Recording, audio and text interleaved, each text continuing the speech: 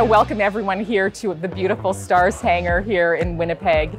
Today is a really exciting day. It's our annual Rescue on the River, where we take 4 brave executives out into the wilderness and put them through their paces on what it's like to be a Stars crew member. And at the same time, hope to raise a whole lot of money to help fund our operations. All of the dollars will go directly back into fueling our operations, our helicopters, fuel, equipment, and of course our awesome staff. Thank everybody for all of your support and for being here today.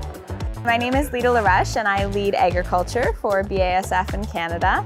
And today I'm participating in the Stars Rescue Mission at beautiful Kelburn Farm. We kicked off the day with an aviation challenge. We had a chance to really think through fuel, distance, headwinds, and be able to plan out and think through the times and the fuel that would be required. And so we're able to put a little bit of thought process and some teamwork and won that one. After the aviation challenge, we went into the most important part of the day, which was our fundraising challenge, where we had an hour to raise as much funds as we could for this rescue mission. Many have said we'll pay to leave you there. Ring that bell.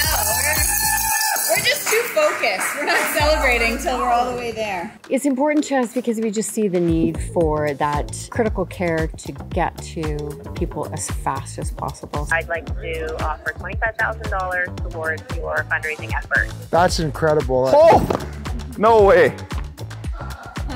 Get that bell. I really appreciate that, Matt. And all of our friends at John Deere. So that's 50 grand. The team was super proud that we almost doubled the funds raised in that hour.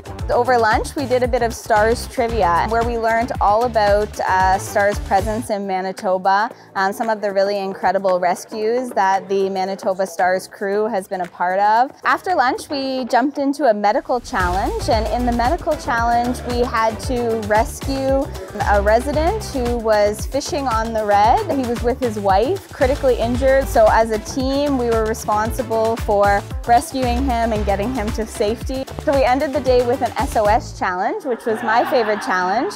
We were given a limited number of supplies and had to use those supplies to put together an SOS symbol.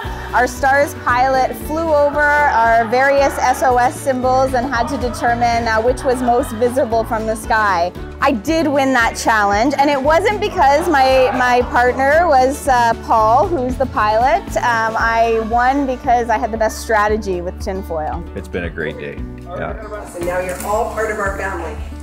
So thank you. Cheers!